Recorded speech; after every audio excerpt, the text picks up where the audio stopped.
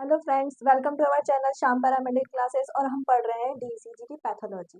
Pathology की हम लोग पैथोलॉजी के अंदर हम लोग पढ़ रहे हैं congenital heart disease. Last class में हमने वीएसडी यानी वेंट्रिकुलर सेप्टल डिफेक्ट के बारे में पढ़ा था, और उससे पहले हम एएसडी यानी एट्रियल सेप्टल डिफेक्ट के बारे में पढ़ चुके हैं। आज इसी क्रम में हम कंजेनाइटल डिजीज पढ़ रहे हैं। थर्ड जो हमारी है वो है पैटेंट डक्टस आर्टरियोसिस।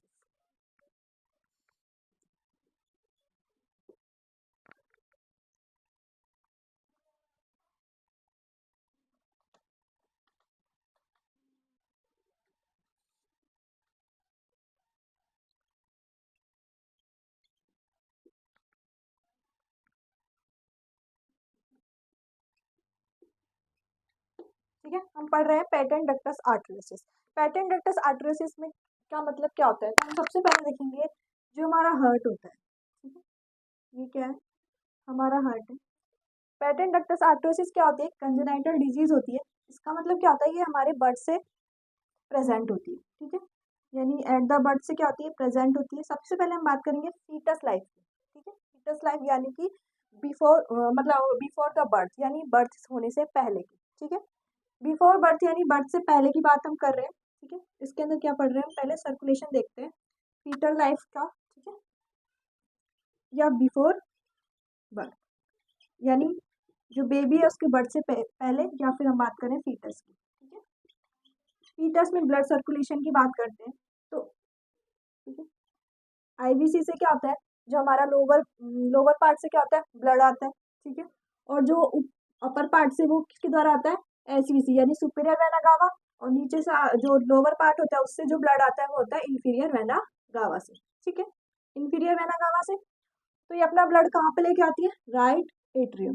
ठीक है, राइट एट्रियम से ब्लड बाय ट्राइकस्पिड वॉल्व के थ्रू कहाँ पे जाता है, लेफ्ट वो राइट वेंट्रिकल में। कहाँ जाता है, राइट वेंट्रिकल में। अब हम लोगों को पता है कि जो राइट एट्रियम और जो हमारा लेफ्ट एट्रियम होता है, इनके बीच में क्या होता है, एक होल प्रेजेंट होता है, जिसे हम क्या बोलते हैं, फोरामेन ऑफ ओवेलाई। ठीक है, क्या बोलते हैं, फोरामेन ऑफ ओवेलाई, जिसके थ्रू क्या होता है, जो हमारा ऑक्सीजनेटेड ब्लड होता है वो कहाँ पे जाता है, लेफ्ट एट्रियम से कहाँ जाता है, राइट एट्रियम में। ठीक है, हम बात कर रहे हैं फीटस के ब्लड सर्कुलेशन की। ठीक है, और इस साइड लेफ्ट एट्रियम से कहाँ पे ब्लड आता है, जो हमारा लेफ्ट क्या होता है, वेंट्रिकल में। ठीक है, अब हम बात करते हैं। ठीक है, ब्लड सर्कुलेशन कैसे हो रहा है, राइट एट्रियम में ब्लड आया, राइट एट्रियम से ब्लड कहाँ जाता है, ट्राइकस्पिड वॉल के थ्रू कहाँ जाता है, राइट वेंट्रिकल में। और राइट वेंट्रिकल से ब्लड जाता है हमारा, राइट वेंट्रिकल से ब्लड कहाँ जाएगा, पल्मोनरी आर्टरी में, इसके द्वारा जो हमारा क्या होता है, पल्मोनरी वॉल्व के थ्रू। ठीक है, अब पल्मोनरी वॉल्व के थ्रू जो हमारा ब्लड जा रहा है। ठीक है, पर जो हमारे वॉल्व से कहाँ जाता है, लंग्स में जाता है। पर जो फीटस होते हैं, ठीक है, यानी कि जो बिफोर बर्थ में क्या होता है, वो लोग जो बेबी होता है वो क्या होता है, सांस नहीं ले पाता है। ठीक है, तो उसके जो लंग्स होते हैं वो कैसे होते हैं, कोलैप्स होते हैं। ठीक है, क्योंकि वो क्या करता है, सांस नहीं ले पा रहा है। ठीक है, उसके कैसे होते हैं, लंग्स क्या होता है, कोलैप्स होता है, यानी कि वे क्या करते हैं, उनके अंदर क्या होता है, ब्लड नहीं जाता, क्योंकि जो पल्मोनरी आर्टरी होती है वो क्या होता है, यहाँ से कॉन्स्ट्रिक्ट होती है। क्या होती है, कॉन्स्ट्रिक्ट होती है, जिसकी वजह से क्या, ब्लड क्या होता है, हमारे लंग्स में नहीं जा पाता है। ठीक है, तो क्या करता है, जो ब्लड है, ठीक है, तो ब्लड कहाँ जाएगा, तो यहाँ से क्या है, इसके पास आगे कोई भी पाथवे नहीं है कि ब्लड कहाँ जाएगा। ठीक है, तो क्या करता है, अब हमारा लेफ्ट एट्रियम से ब्लड है, लेफ्ट एट्रियम और लेफ्ट वेंट्रिकल से ब्लड कहाँ जाता है, ओटा में। ठीक है, ओटा में ब्लड जाता है, ये हमारी ओटा होती है। तो ओटा और पल्मोनरी आर्टरी के बीच में एक क्या पाया जाता है, एबनॉर्मल पाथवे पाया जाता है। क्या पाया जाता है, एबनॉर्मल पाथवे पाया जाता है। ठीक है, जिसमें क्या करता है, जैसे ही पल्मोनरी आर्टरी में ब्लड आया तो वो क्या करता है, पल्मोनरी आर्टरी का ब्लड ओटा में चला जाता है, और फिर ओटा से क्या जाता है, वापस से हमारी पूरी बॉडी में चल जाता है। ठीक है, या फिर लेफ्ट एट्रियम में ब्लड आया, लेफ्ट एट्रियम से लेफ्ट वेंट्रिकल में ब्लड है, और फिर क्या होता है, ओटा से वापस पल्मोनरी आर्टरी में ब्लड आ जाता है। ठीक है, तो इस प्रकार क्या चलता रहता है, सर्कुलेशन हमारे फीटस में क्या होता है, चलता रहता है। ठीक है, तो इस पेटेंट डक्टस क्या होता है, जो हमारी को क्या बोलते हैं, ओटा होती है और पल्मोनरी आर्टरी होती है, इन दोनों के बीच में एक पाथवे प्रेजेंट होता है, जिससे क्या होता है, ब्लड क्या करता है, एक दूसरे में मिक्स हो जाता है। तो इस पाथवे को क्या बोलते हैं, डक्टस आर्टरियोसिस कहते हैं। ठीक है, जो एबनॉर्मल ओपनिंग होती है इसको ही बोलते हैं डक्टस आर्टरियोसिस। ठीक है, इसे क्या बोलते हैं, डक्टस आर्टरियोसिस कहते हैं। ठीक है, जो क्या होता है आफ्टर द बर्थ, यानी बर्थ होने के बाद क्या होता है, ये जो ओपनिंग होती है, ठीक है, ये क्या हो जाती है, क्लोज हो जाती है। ठीक है, एक दो घंटे में क्या होती है, क्लोज हो जाती है। पर किसी बहुत टाइम, मतलब किसी किसी केसेस में क्या होता है, ये क्लोज नहीं हो पाती है, जिसकी वजह से क्या होता है, जो बेबी है आफ्टर बर्थ, मतलब जो बेबी हुआ है आफ्टर बर्थ क्या होता है, ये भी प्रेजेंट रहता है। ठीक है, जो ये ओपनिंग है वो प्रेजेंट होगी, तो उसको बोलते हैं हम पेटेंट डक्टस आर्टरियोसिस। ठीक है, यानी कि जो हमारी डक्टस आर्टरियोसिस है वो अभी भी क्या है, ओपन है। ठीक है, तो उसको बोलते हैं पेटेंट डक्टस आर्टरियोसिस की कंडीशन होती है। ठीक है, अब हम इंट्रो की बात करते हैं। सबसे पहले इंट्रो में हम देखेंगे कि क्या होती है, कंजेनाइटल हार्ट डिजीज है। क्या है, कंजेनाइटल हार्ट डिजीज है।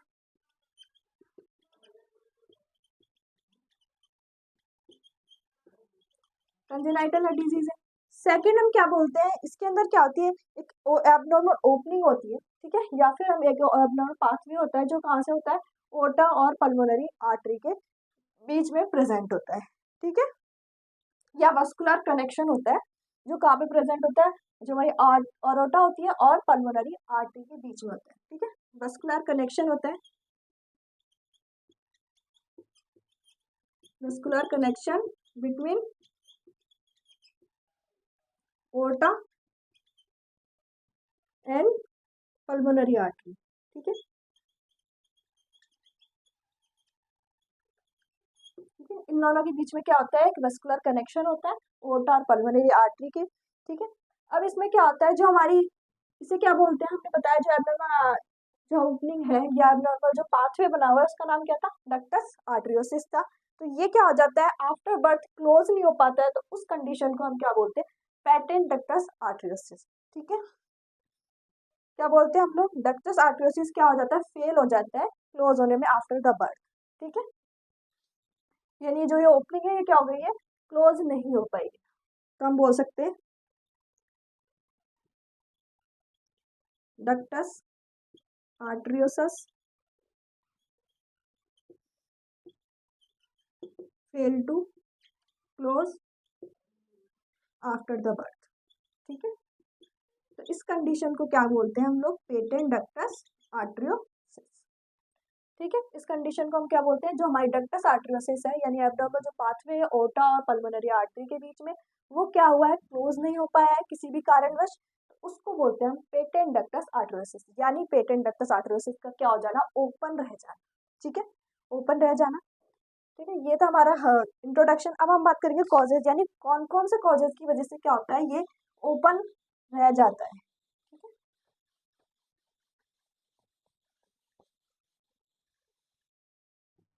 सबसे पहले हम बात करेंगे फैमिली हिस्ट्री कॉजेज में। फैमिली हिस्ट्री यानी कि हमारी फैमिली में क्या हो, पहले से किसी को पेटेंट डेक्स्ट्रस आर्टरियोसिस की कंडीशन हुई हो। ठीक है, फैमिली हिस्ट्री में बात करेंगे जो पहले से किसी के क्या हो, पेटेंट डेक्स्ट्रस आर्टरियोसिस की कंडीशन हुई हो, या फिर ठीक है, उसके अलावा हम बात करेंगे प्री मैच्योर बर्थ, यानी कि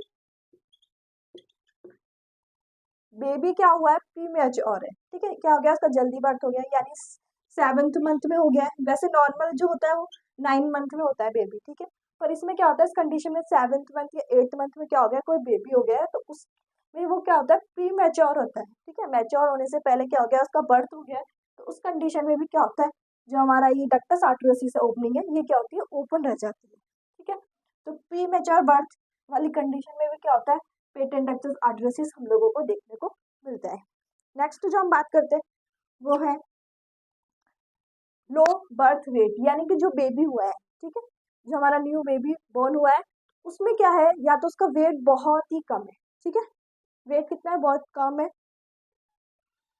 नॉर्मली जो होता है वो 1.5 या 2 किलो के बेबी होते हैं, तो उससे भी बहुत कम है, यानी 1 किलो से भी कम का क्या है, बेबी का वेट है। तो उस कंडीशन में भी क्या देखने को मिल सकता है हमको, डक्टस आर्टरियोसिस, यानी पेटेंट डक्टस आर्टरियोसिस की कंडीशन हम लोगों को देखने को मिल सकती है।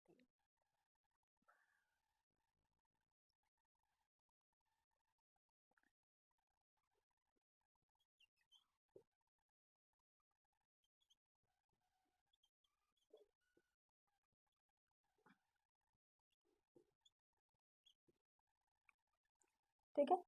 उसके अलावा हम लोगों को देखने को मिल सकता है कंजेनाइटल रूबेला, यानी जो मदर है वो पहले से क्या है, कंजेनाइटल रूबेला एक डिजीज है, उससे क्या है, इफेक्ट है। ठीक है, कंजेनाइटल रूबेला,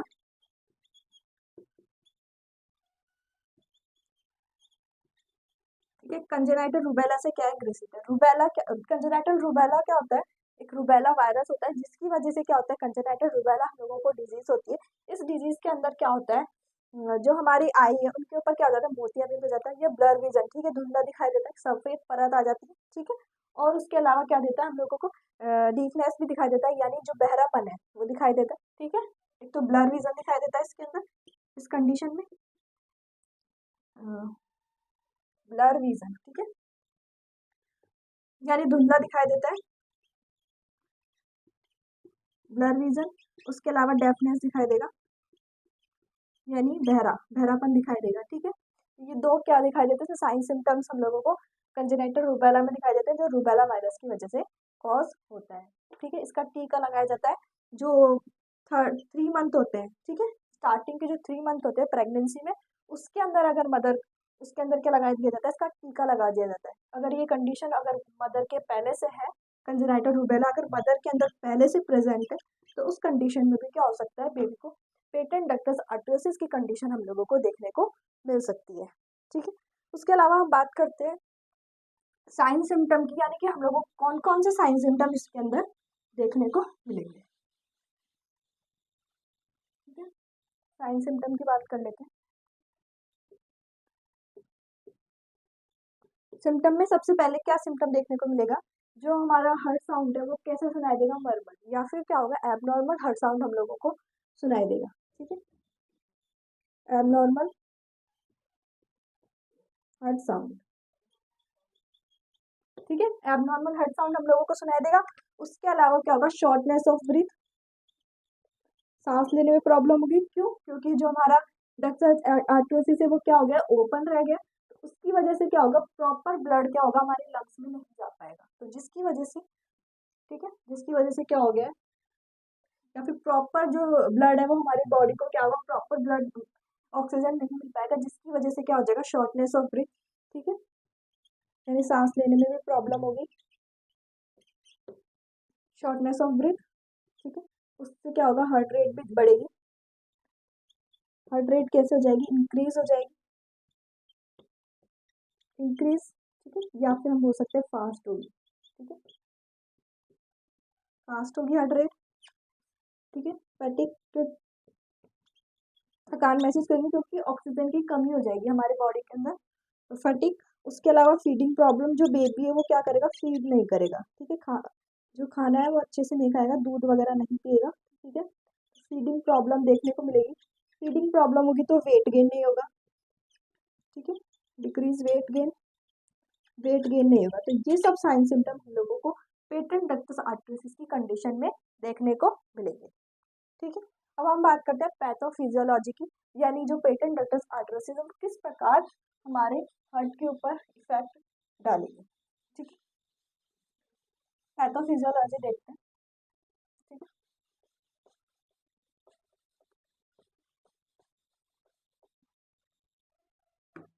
बात करते हैं पैथोफिजियोलॉजी की।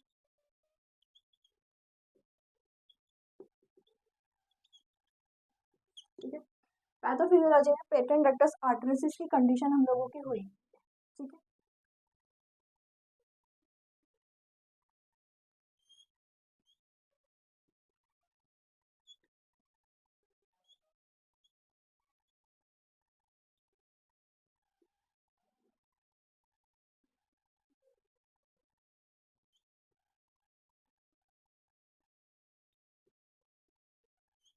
ये हमारा हार्ट है, ये पल्मोनरी आर्टरी है। ठीक है, पल्मोनरी आर्टरी है, और ये हमारा ओर्ट है,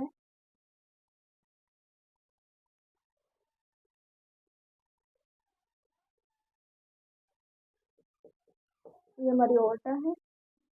ठीक है, और हम लोगों के क्या है, एबनॉर्मल जो ओपनिंग है वो यहाँ पे प्रेजेंट है। ठीक है,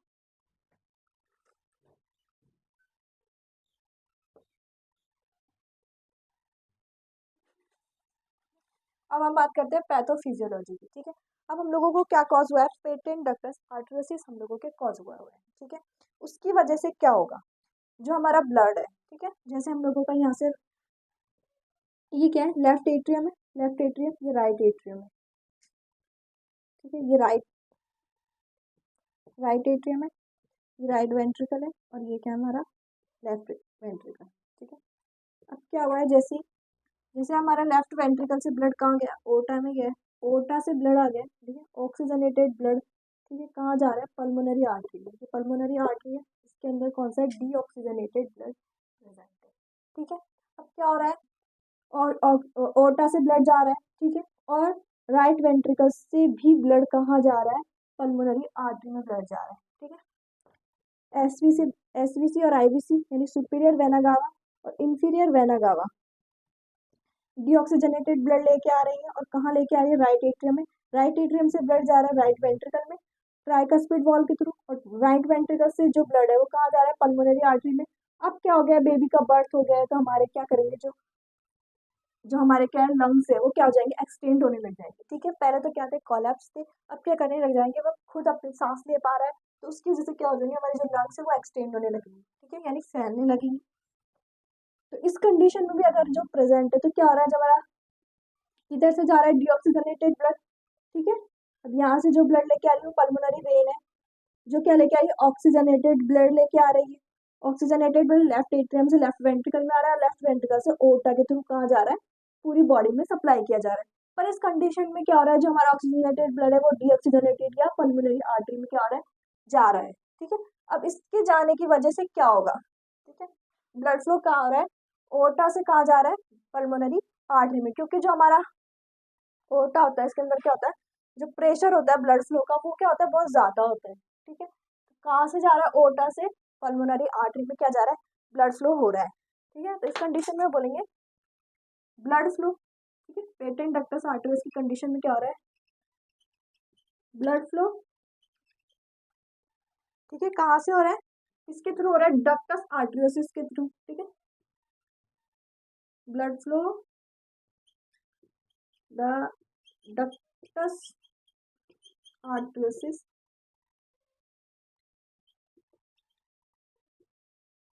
ठीक है, ब्लड फ्लो हो रहा है, किसके थ्रू हो रहा है, ठीक है, blood flow through the ductus आर्टरियोसिस, ठीक है,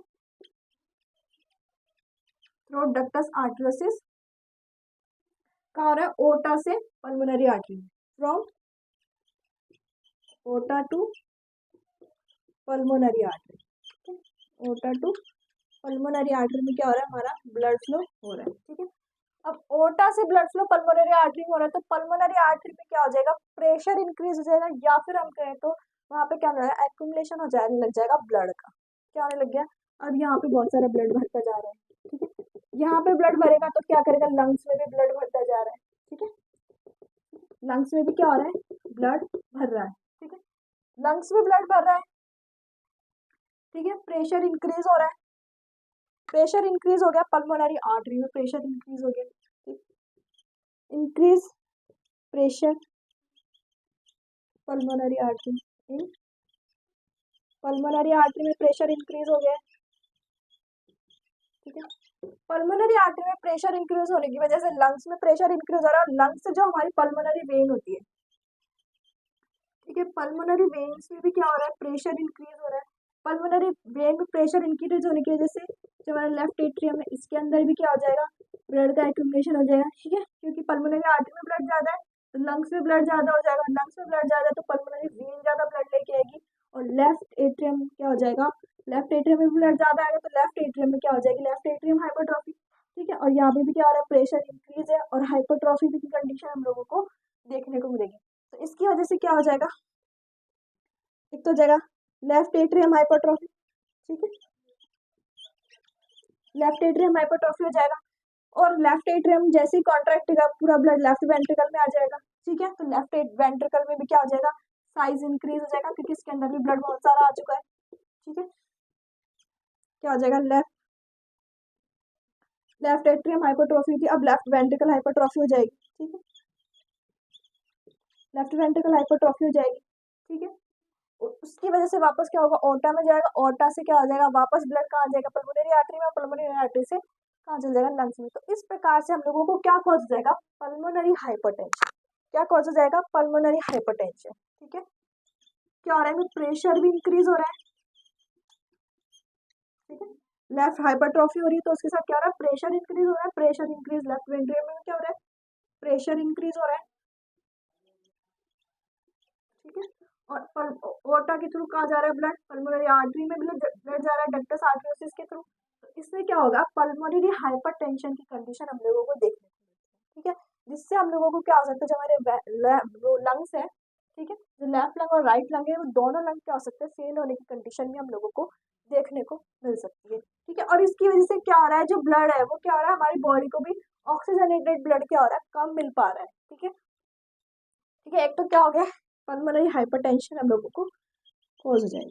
ठीक है, पल्मोनरी हाइपरटेंशन देखने को मिलेगी। ठीक है, पल्मोनरी हाइपरटेंशन हो जाएगी।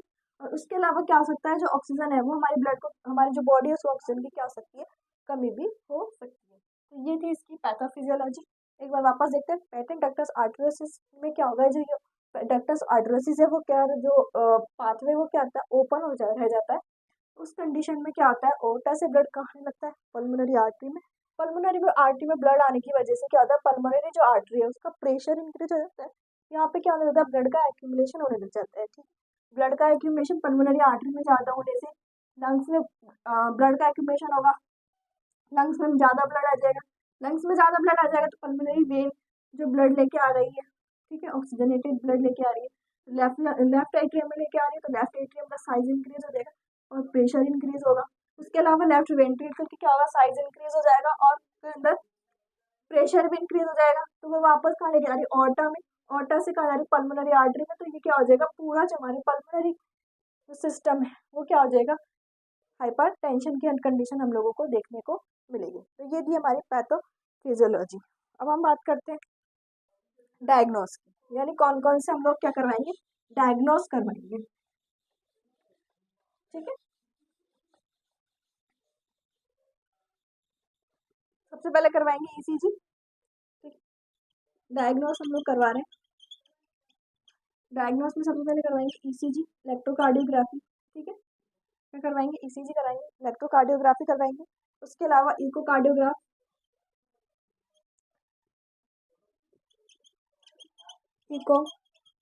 इकोकार्डियोग्राफी या ग्राम। ठीक है, इकोकार्डियोग्राम कराएंगे। इसमें क्या करते हैं, जो हमारे साउंड वेव्स होते हैं उनका यूज करके क्या करते हैं, हार्ट की क्या करते हैं, इमेज ली जाती है, जिसके अंदर हमें पता लगा सके जो आर्टरीज, जो पेटेंट डक्टस आर्टरियोसिस है, डक्टस आर्टरियोसिस की जो कंडीशन है वो कहाँ पे प्रेजेंट है। ठीक है, या फिर कितना ज्यादा ओपनिंग है और कितना ज्यादा ब्लड फ्लो वहां पर है। तो उन सबको मेजर करने के लिए क्या करते हैं हम लोग, मतलब उसको देखने के लिए, विजुअलाइजेशन के लिए क्या करते हैं, इकोकार्डियोग्राफ या इकोग्राफी करवाते हैं। ठीक है, उसके अलावा हम क्या करेंगे, चेस्ट एक्सरे।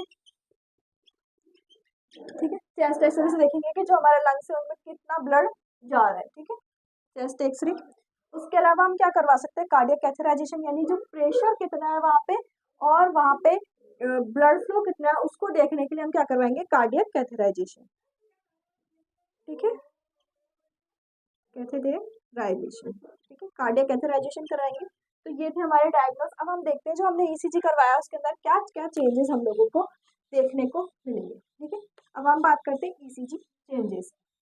ठीक है, ईसीजी चेंजेस में हम लोगों को पता है कि हम लोगों को क्या हुआ है, राइट एट्रियम और राइट वेंट्रिकल में हाइपरट्रॉफी हम लोगों को कॉज हुई है। ठीक है, ईसीजी चेंजेस की बात कर रहे हैं। तो आप लोगों ने राइट वेंट्रिकल हाइपरट्रॉफी के बारे में पढ़ा होगा, क्योंकि इसके अंदर क्या होता है, राइट वेंट्रिकल हाइपरट्रॉफी में जो मेन हम लोगों को देखने को मिलता है इससे चेंजेस वो होता है, जो हमारे आर वेव है उसका क्या होता है, एम्पलीट्यूड इंक्रीज मिलता है। ठीक है, क्या मिलता है, आर वेव का एम्पलीट्यूड क्या मिलेगा, इंक्रीज मिलेगा। ठीक है, एम्पलीट्यूड कैसा होगा, इंक्रीज होगा। ठीक है, और जो हमारी लेफ्ट एट्रियम में अगर हाइपरट्रॉफी हुई है तो हमें पी वेव कैसे दिखाई देती है, वाइड। ठीक है, पी वेव हम लोगों को कैसे दिखाई देगी, वाइड। ठीक है, वाइड यानी चौड़ी है, इसका ड्यूरेशन जो होगा वो क्या होगा, बड़ा हुआ हम लोगों को दिखाई देगा। ठीक है, उसके अलावा हम बात करें, उसके अलावा वो क्या दिखेगा, पीआर जो इंटरवल है वो प्रोलॉन्ग दिखाई देगा। ठीक है, PR इंटरवल हम लोगों को प्रोलॉन्ग दिखाई देगा। उसके अलावा जो हमारी T वेव है वो कैसी दिखाई देगी, इन्वर्जन या उल्टी दिखाई देगी।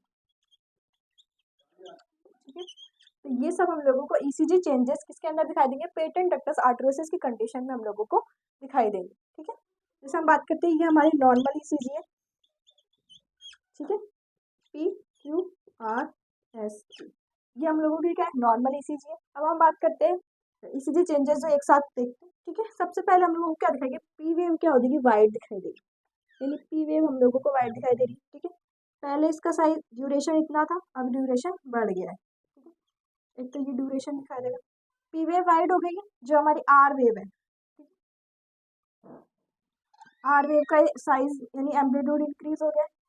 ठीक है, उसके अलावा जो PR इंटरवल है, PR इंटरवल यहाँ से लेके जो R वेव होती है वहां तक क्या होता है, PR इंटरवल होता है।